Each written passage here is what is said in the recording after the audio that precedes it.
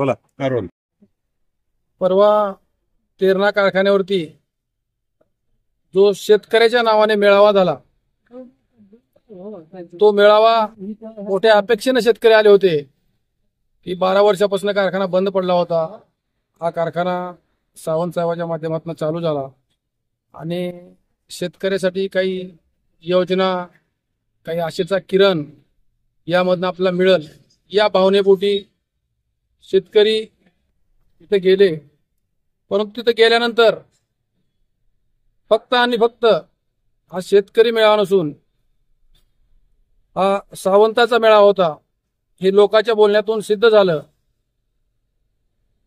ज्या सावंतने ओमदादावर तिथं टीका केली की हा खासदार मी निवडून आणला, हा खासदार माझ्यामुळे झाला, त्यांना माहीत नाही की परवा झालेल्या निवडणुकीमध्ये त्यांच्या मतदारसंघातून त्यांनी लाखो रुपये खर्च करून सुद्धा, म्हणजे उमेदवाराचे वेगळे, यांनी लाखो रुपये खर्च करून सुद्धा तब्बल 85,000 मताची त्यांच्या मतदारसंघातनं लीड मिळाली.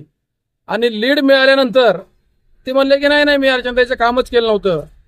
तर नेमकं यांची भूमिका काय आहे? भांडूळ तरी 2 तोंडाचा असतो, यांचे तोंड किती आहेत? रावणाचे 10 तोंड असतात, त्यापेक्षा सुद्धा जास्त तोंड असणारा हा माणूस प्रत्येक वेळेस वेगवेगळं बोलायचं.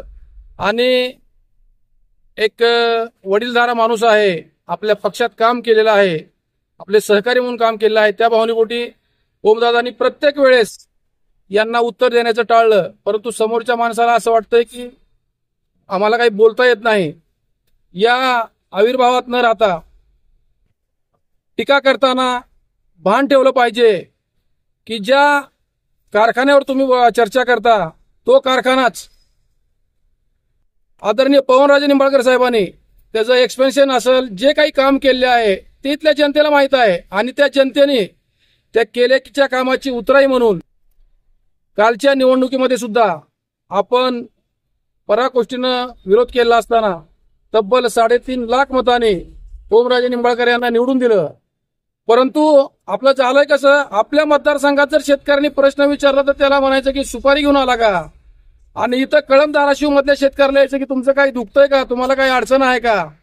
तुम्हाला जिथं निवडून दिलंय तिथल्या लोकांची समस्या अगोदर सोडवा आणि त्यानंतर आपण इकडली समस्या सोडवा. प्रत्येकाला म्हणायचं माझ्या पक्षात मी तुला आमदार करतो, की या जिल्ह्यातील जनता निश्चितच येणाऱ्या महिनाभरामध्ये बघणार आहे यांनी किती जणांची सुपारी घेऊन आमदारकीची तिकीट फायनल करायचा प्रयत्न केला आहे. जनता बघेल आणि येणाऱ्या निवडणुकीमध्ये कोण लोकनेता आहे हे निश्चितच दाखवून देईल. माझी या आपल्या माध्यमातून एवढीच विनंती आहे की यांनी 2 महिने आपल्याला जनसेवेसाठी राहिले आहेत, तेवढं काम करावं. 2 महिन्यानंतर आपल्याला या भागातील भूमपरंडा वाशीमधील जनता कात्रजचा घाट उतरू देणार नाही याची नोंद घ्यावी. धन्यवाद.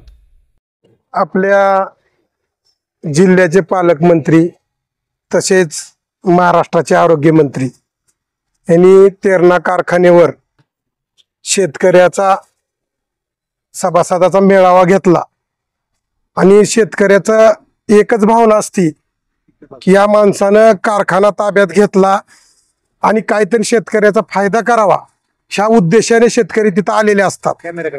परंतु त्यांचं तसं काही नव्हतं. त्यांचा एकच उद्देश, त्यांनी विधानसभा डोळ्यासमोर ठेवून या जिल्ह्याचे लोकप्रिय खासदार ओमराजे निंबाळकर, लोकप्रिय आमदार कैलासदादा पाटील, फक्त यांच्यावर निशाणा ठेवण्यासाठीच ह्यांनी मेळावा घेतलेला होता. तर मला सांगण्याचं एक तात्पर्य आहे की बाबा तुम्ही इथे विकास करायला आलात तर तुम्ही विकास करा. आमदार साहेबांवर तुम्ही वारंवार टीका करता, तसंच खासदार साहेबांवर टीका करता. तुमचे राजकारणाचे प्रश्न वेगळेच असतात आणि तुमच्यावर आईवडिलांनी कसे संस्कार केलेत हेच मला कळत नाही. की ते खासदार साहेबाला हमेशा म्हणतात की बाबा तुम्ही पक्षामध्ये की काम करत असताना तुम्ही बाप किती बदलले. मला एक म्हणायचं आहे की सावंत साहेबाला शिवसेनेमध्ये कुणी आणलं तर खासदार साहेबांनी आणलं. आणि मध्ये जाताना यांना सुद्धा एक हवा असायची की सावंत साहेबाचा मातोश्रीमध्ये लय वोट आहे, परंतु त्यांचा कसलाच वोट नव्हता, त्यांचा माज फक्त पैशावर होता. तर मला काय सांगायचंय की हे माणूस आमच्या खासदार साहेबावर वारंवार आरोप करतोय की तुझे बाप किती. मला या सावंत साहेबाला एक विचारायचंय की तू सोलापूर जिल्ह्यामधला आहे बाबा, आणि तू वाकव गावातला आहे, तिथं साधं तुम्हाला ग्रामपंचायत सदस्य होऊ शकला नाहीत. या जिल्ह्यामध्ये खासदाराच्या आशीर्वादाने तुम्ही आमदार झालात आणि त्यांच्यावर आरोप करतात तुझे बाप किती. तर मला वाकवमध्ये जाऊन विचारावं लागेल की सावंत साहेबाचे बाप किती आहेत. आणि हे बाप दुसऱ्याचे काढण्यापेक्षा कोण ना कोण आपल्याला विचारत असतं की आपले बाप किती आहेत. सगळ्याला बाप एकच असतो की माणसाला आपल्यावर जर संस्कार चांगले असतील तर आपण त्याच्या कुठल्याही वैयक्तिक गोष्टीकडे जाऊ नये. आमचे खासदार साहेबाचे पिताश्री त्यांनी शेतकऱ्यासाठी अतिशय सुंदर काम केलेलं आहे. ते गोरगरिबाचे कैवारी म्हणून त्यांना ओळखलं जातं. आणि तशा राजाच्या पोटी घेणाऱ्या खासदाराला जर तुम्ही त्याचा बाप काढत असाल तर आम्ही तुम्हाला कदापि माफ करणार नाही. तुम्हाला जर वाटत असेल की आम्ही किंवा बंड केलं आणि तुमचा आम्ही पराभव करू, अरे लोकसभेला आम्ही पाहिलंय की तुम्ही काय पराभव केलाय. तुम्ही राजकीय जेवढे बी सत्तेत होतात बंड केलात आणि बडाई लोकांनी तुम्ही सगळ्या जिल्ह्यात ताकद लावून ओमराजेंना पाडण्याचा प्रयत्न केला. परंतु सगळे पैशावाले विकीकड आणि सामान्य जनता ओमराजे सोबत होती. त्याच्यामुळं ओमदादांना 3,31,000ची लीड मिळाली. आणि तसं पाहता की बुमपरांडा वाशीमध्ये जर विचार केला तर जिल्ह्यामध्ये सगळ्यात जास्त लीड देणारा मतदारसंघ म्हणजे तो सावंत साहेबाचा आहे.